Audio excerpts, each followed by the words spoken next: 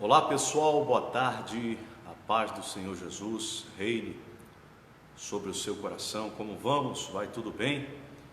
Uma palavra de fé ao seu coração, uma palavra de fé à sua família, uma palavra de fé a você que nesses dias necessita da mão do Senhor, da bênção do Senhor, da graça do Senhor. Eu quero me referir nessa tarde a um texto, ora muito conhecido, um texto em que irá falar profundamente ao seu coração. Quero me referir em Mateus, capítulo de número 15, a partir do verso de número 21, que diz assim: E partiu Jesus dali, foi para as partes de Tiro e Sidom, e eis que uma mulher cananeia, que saíra daquelas cidades, clamou dizendo: Senhor, tem misericórdia de mim, que minha filha está miseravelmente endemoniada. Mas ele não a respondeu. E os seus discípulos, chegando ao pé dele, rogava-lhe dizendo: despede-a, ou seja, livre-se dela, que vem gritando atrás de nós. E ele respondendo disse: Eu não fui enviado senão as ovelhas perdidas da casa de Israel. Então chegou ela e o adorou, dizendo: Senhor, socorre-me. Ele, porém, respondendo, disse: Não é bom pegar o pão dos filhos e deitá-los aos cachorrinhos. E disse: Sim, Senhor, mas também os cachorrinhos comem das migalhas que caem das mesas dos seus donos. Então Jesus respondeu dizendo: Ó mulher, grande é a tua fé, seja isto para contigo como desejas. E desde aquela hora a sua filha ficou sã. Nós bem sabemos sobre as duas expressões usadas no texto. A primeira expressão usada no texto, dizendo-nos que ela era cananeia, uma expressão muito conhecida para denominar que ela era gentílica, uma mulher que não era judia.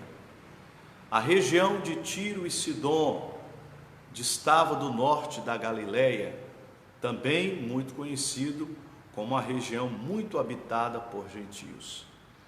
Os gentios não eram bem vistos porque eram pagãos.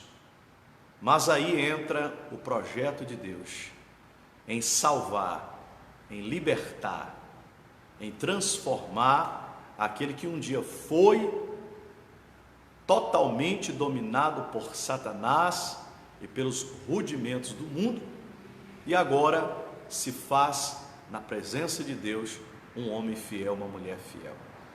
Então eu venho nessa tarde, meio-dia, para vos dizer aqui, diante do altar de Deus, eu estou na igreja, no templo, o templo está aqui à disposição de estarmos adorando e exaltando o Senhor, e aqui justamente onde se cultua, louva, prega, ora, revela, eu vim para estar orando, eu vim para estar adorando, eu vim para me ter o meu devocional com Deus. Porque como pastor eu me preocupo, como pai eu me preocupo, como esposo eu me preocupo, como filho eu me preocupo, como amigo eu me preocupo, como vizinho eu me preocupo, como irmão em Cristo eu me preocupo, como cidadão eu me preocupo. E a minha preocupação me leva a estar buscando a palavra de Deus, para então trazer um suporte a quantos puderem eu alcançar. É de fato a minha assessoria para com vocês.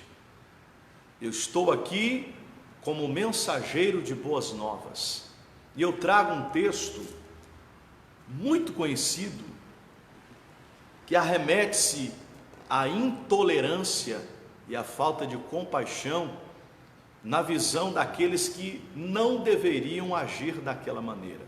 E é o que está acontecendo hoje em dia. A intolerância tem crescido, a falta de compaixão tem crescido, e justamente estamos vivenciando dias dos quais nunca desejaremos, que é ver um cristão, um homem de bem, não tendo compaixão do próximo, sendo que este é o segundo mandamento como promessa: amar ao próximo como a ti mesmo. É claro que é fácil falar e difícil se fazer, mas o texto fala-nos sobre o esforço, a dedicação, e há momento pelo qual nós precisamos nos esforçar, nos dedicar. É momento pelo qual se deve se tornar um desbravador, um visionário e uma pessoa que se desponte em meio à multidão. Porque a multidão, se você perceber, a multidão clama por uma liderança, por uma voz ativa, por alguém que dê a cara a bater sem medo, por alguém que de fato faça a diferença sem ter um custo que o vá levar a não querer fazer, porque o custo é muito caro. Mas quando a pessoa de fato acredita em algo e se dispõe a saber que fará diferença, ela não terá medo e nem receio. Perceba comigo uma coisa do texto: Jesus estava numa região pagã. Era notório encontrar pagãos, era notório encontrar pessoas não judias, não cristãs, pessoas que andavam nos rudimentos do homem, mas pessoas que também poderiam ser alcançadas. E Jesus fora ali para também alcançar vidas e para também transformar a visão dos próprios discípulos, porque a Bíblia nos diz que os discípulos não tiveram compaixão dela, não tiveram tolerância com ela. Percebe-se que os discípulos disseram: mestre, despede-a, livre-se dela, ela nos importuna, ela vem gritando atrás de nós, despede-a, ela é insistente demais, ela não é dos nossos, ela não faz parte da congregação, ela não é do nosso meio, não está no hall de membros, ela não é uma pessoa entre nós, despede-a, jogue-a fora, livre-se dela. Era muito mais fácil lançá-la fora do que acolhê-la, já que ela era uma mulher necessitada. Então, é muito mais fácil você desprezar do que acolher. Só que a facilidade na carne é prejuízo no espírito. Sabe quando a Bíblia diz, se eu me foge João capítulo 12, quando aquela mulher quebrou o vaso de alabastro, de nardo puro, sobre Jesus e enxugava-lhe aquele óleo, perfume com os cabelos, e Judas pôde dizer o seguinte: por que não pegou este nardo e então tinha vendido, talvez daria 300 denários e daríamos aos pobres. O que Cristo disse: os pobres sempre tendes convosco, e a mim nem sempre me tendes. Por que que Cristo está dizendo que a mim nem sempre me tendes? Porque Ele mesmo disse: aquele que sabe fazer o bem e não faz, comete pecado. É necessário que agora despertamos e despertemos para aquilo que nós aprendemos durante 10, 20, 30 anos dentro da igreja. Você, leitor da Bíblia, você cristão praticante, você protestante, você que tem no seu peito a marca da promessa, é este o momento pelo qual devemos defender a verdade e viver a verdade. Fácil nunca foi e nunca será. Todas as vezes que alguém sonha, todas as vezes que alguém almeja, todas as vezes que alguém projeta, o projeto é pesado, o sonho é pesado, a vontade é pesada, mas não é pesada ao ponto de se tornar impossível. É pesado daqueles que não querem fazer ou se gastar ou se empenhar, mas aqueles que querem e se tornam desbravadores, aquelas escoliações, aqueles arranhões ou até o sangramento, ao invés de ser tristeza, é nobreza. Ao invés de ser vergonha, é honra. Ao invés de ser tristeza, é alegria. Por isso, está contido na palavra sobre os mártires de Cristo, aqueles que carregam as chagas em prol do Evangelho. Este é um bom momento de vermos isso, porque o que está acontecendo é a restrição, é início de um grande feito através dos governos, através da liderança, através de homens, é privar, baixar decreto e privar, coibir, tirar o direito de ir e vir. Então nós devemos proclamar. Lá atrás, quando fomos chamados de protestantes, protestávamos. Depois passamos a ser chamados de evangélicos, gospel, e aí deixamos de protestar. Então voltemos ao início, conforme aquela canção, lembra? Gosto muito de cantar, de louvar e de adorar o Senhor e de refletir nessa canção que ficou lá atrás. Quero voltar ao início de tudo e encontrar-me contigo, Senhor. Quero rever os meus conceitos e valores. Eu quero reconstruir. Vou regressar ao caminho, vou ver as primeiras obras, Senhor. Eu me arrependo, Senhor, me arrependo, Senhor, me arrependo, Senhor. Eu quero voltar ao primeiro amor, ao primeiro amor. Eu quero voltar a Deus. Devemos voltar ao início de tudo. Devemos e precisamos voltar ao início de tudo. Rever os conceitos, iniciar ou reiniciar de onde paramos, porque de alguma forma paramos. Perceba comigo, veja comigo, vem comigo novamente. Olha o que diz a Escritura. Olha o que diz a palavra do Senhor. Desde o início, passo a passo. Partiu Jesus dali e foi para as partes, para as terras de Tiro e Sidom. Jesus sabia o que estava fazendo. Está tudo planejado, está tudo arquitetado, está tudo vislumbrado diante dos olhos de Deus. Jesus não foi aleatoriamente, ele foi com um propósito. Você precisa ter uma vida com propósito.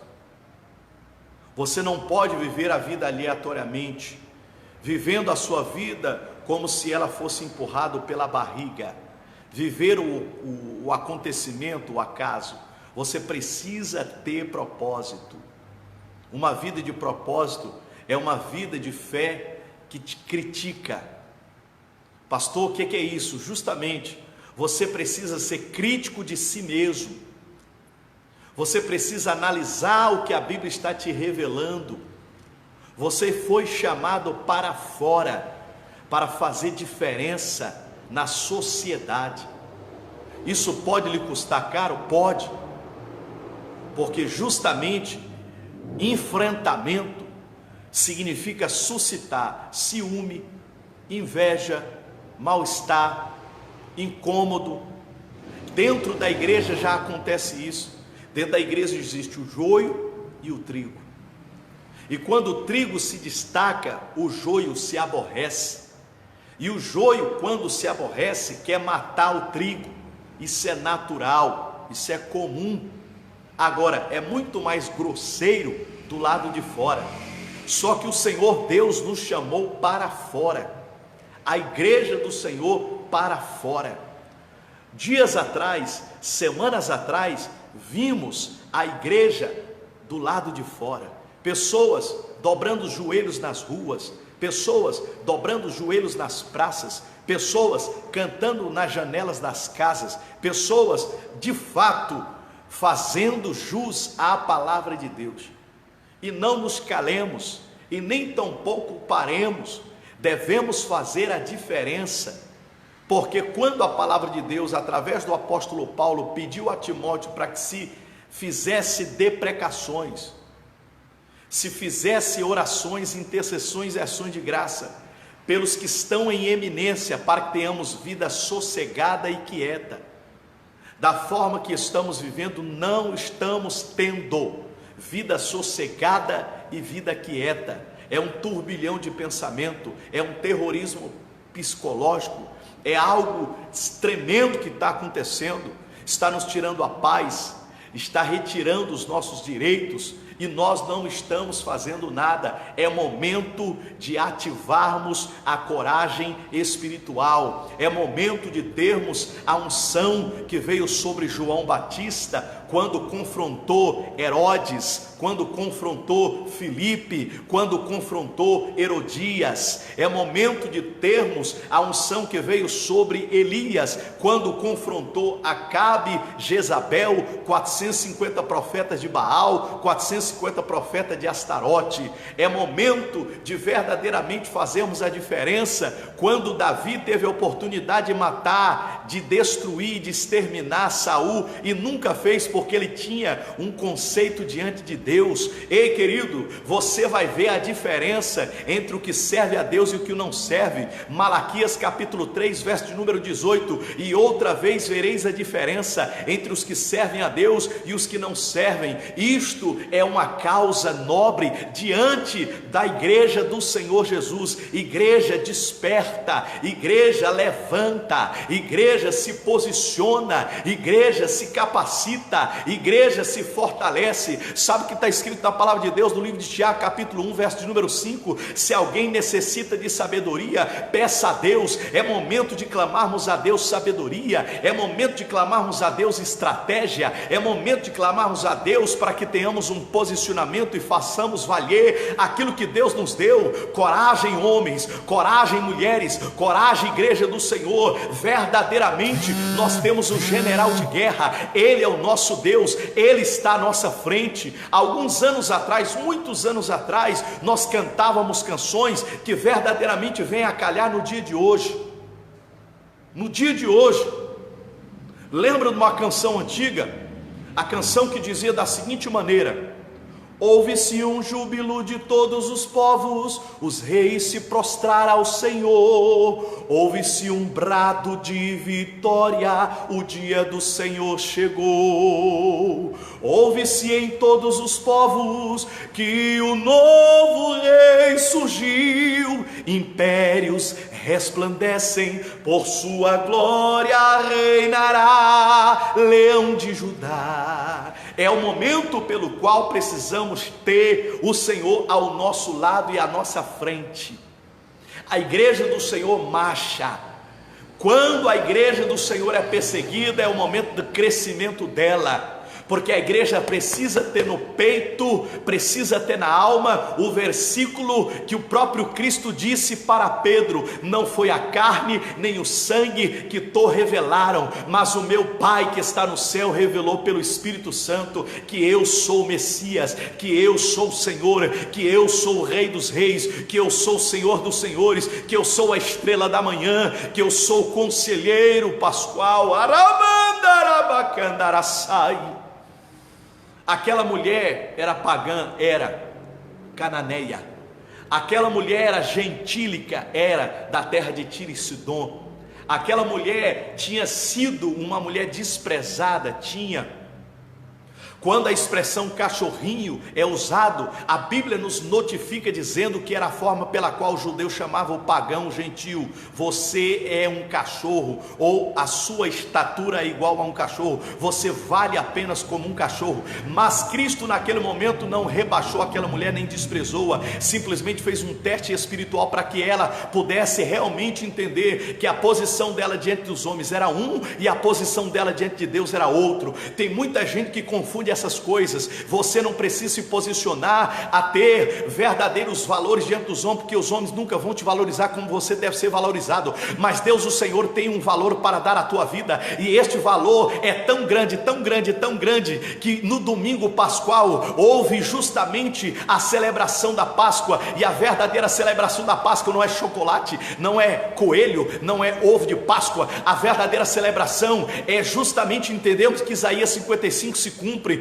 onde a Bíblia diz através de Isaías a seguinte palavra, e o Senhor Deus está notificando nesta manhã, nessa tarde, dizendo nesse dia de hoje a seguinte coisa: Ele tomou sobre si todas as nossas dores e enfermidades, o castigo que nos traz a paz estava sobre Ele. Quando fala castigo, eu lembro que é uma sentença é justamente um julgamento, mas a Bíblia declara também no livro de Colossenses capítulo 2, verso de número 14, e tendo Ele riscado a cédula que era contra nós prejudicial nas suas ordenanças, a removeu completamente e encravou na cruz. O Senhor Deus te libertou. João 8,36 vem declarar: se pois o Filho do Homem vos libertar, verdadeiramente sereis livres. Tu és livre, tu és livre, tu és livre, tu és livre.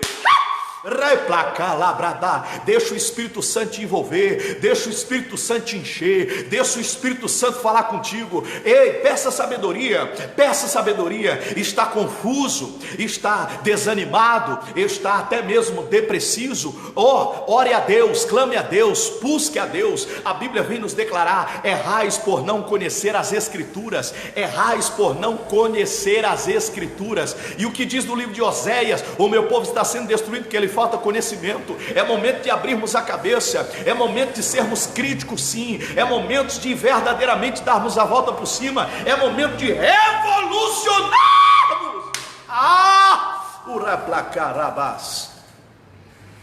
Deus, o Senhor, me trouxe aqui nesta tarde para encorajar você. Sabe, eu sei e tenho plena convicção que o confronto gera sangue, o confronto gera crime, o confronto gera justamente partidarismo, o confronto gera um monopólio, o confronto gera corrupção, porque aí verdadeiramente se cumprirá o que diz a palavra de Deus no livro de Malaquias capítulo 3, verso de número 18, e outra vez vereis a diferença entre o que serve a Deus e o que não serve. Por nosso país ser democrático, nós nunca precisamos do esforço. Aí países comunistas, o crente para ser crente tem que ser crente raçudo, tem que ser crente venta nos olhos, tem que ser crente de fogo. Mas nós que temos um país democrático, o direito de ir e vir, cidadania, né? A expressão, liberdade de expressão, aí nós temos e nunca precisamos. Mas e agora? E agora que as coisas estão sendo restringidas, e agora que os decretos estão acontecendo, e agora que justamente está sendo coibido, bloqueado, impedido, e agora que você está sendo afugentado, agora que você está sendo reprimido, você vai se calar? É momento de nós verdadeiramente despertarmos e vermos que Deus, o Senhor, precisa de homens e mulheres corajosos que façam a diferença nesses dias, para que outras vidas possam ter milagres, para que outras vidas possam ter o poder de Deus. Se nós nos acovardarmos, muita gente vai morrer. Se nós nos acovardarmos, muita gente vai perecer. Mas enquanto houver Cristo no nosso meio, até a tristeza salta de alegria. É momento de proclamar o poder de Deus nessa terra do nosso Deus, porque lá se da Arábia, o Senhor é general de guerra. Olha o que ele fez aqui. A mulher não merecia nada, não é verdade? A mulher não merece nada. Livre-se dela, joga ela fora, despreza ela está nos incomodando. Cristo disse algo aqui, Cristo falou algo aqui.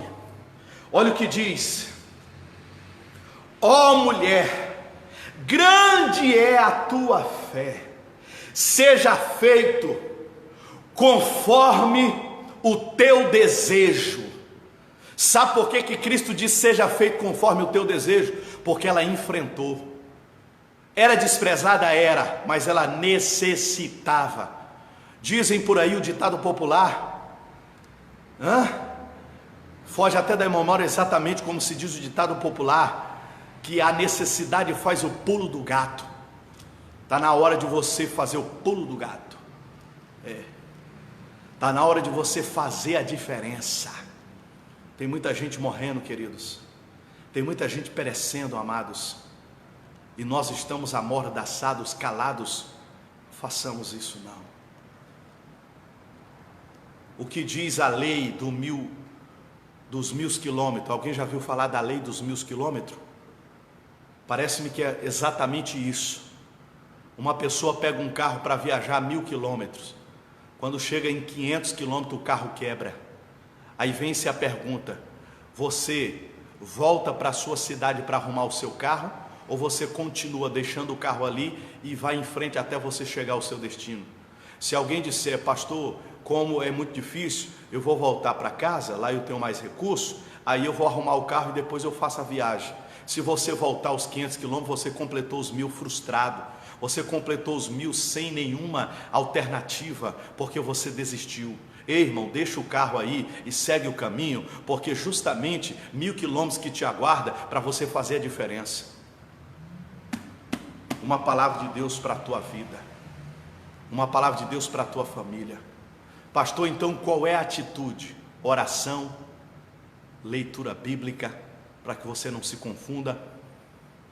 É princípio de dores, Mateus 24. Oração, para que você tenha alimento espiritual e não deixe o abatimento te ferir, não deixe o abatimento te isolar, certo? Louvor, para que você venha quebrar as cadeias. Nós vamos louvar agora há pouco. E aí, meu irmão, a atitude é revelada pelo Espírito Santo. Amém? Que Deus fortaleça o seu coração, que Deus fortaleça a sua alma, no nome do Senhor Jesus.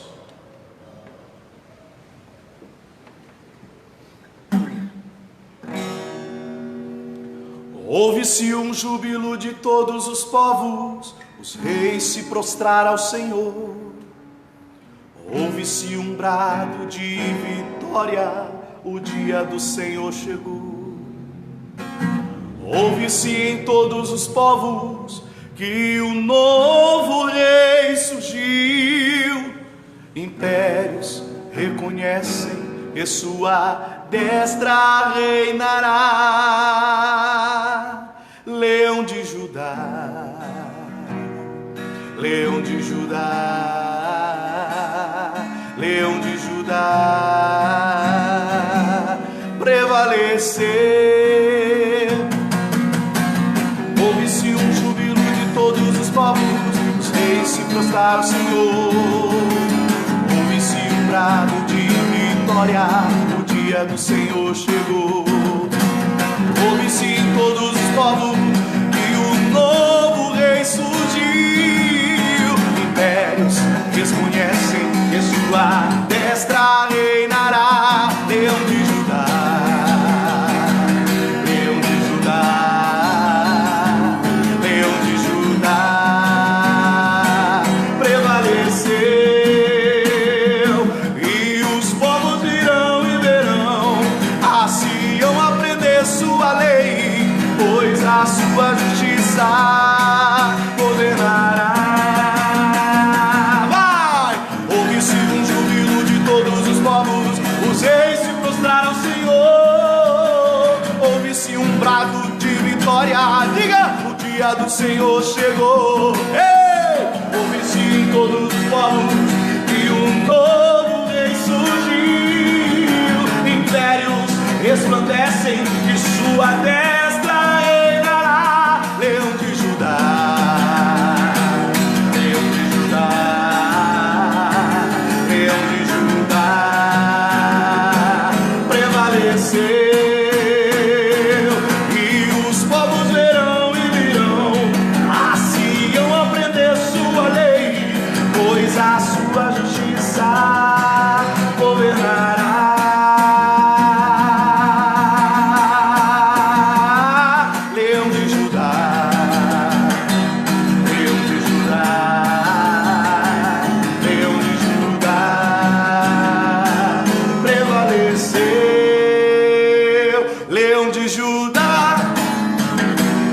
Amém, queridos? Que Deus, o Senhor, fale ao seu coração mais poderosamente em nome de Jesus. Não esqueça, ore a Deus, leia a palavra, louve ao Senhor e seja usado pelo Espírito Santo.